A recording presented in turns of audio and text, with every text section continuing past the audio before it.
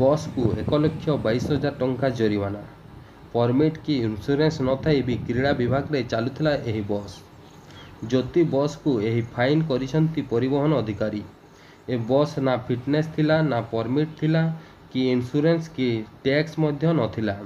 सबुठारु बड़ कथा हेउछि driver licence मध्य नथिला। आउ एभली बस लागिथिला सुंदरगढ़ क्रीड़ा विभाग रे।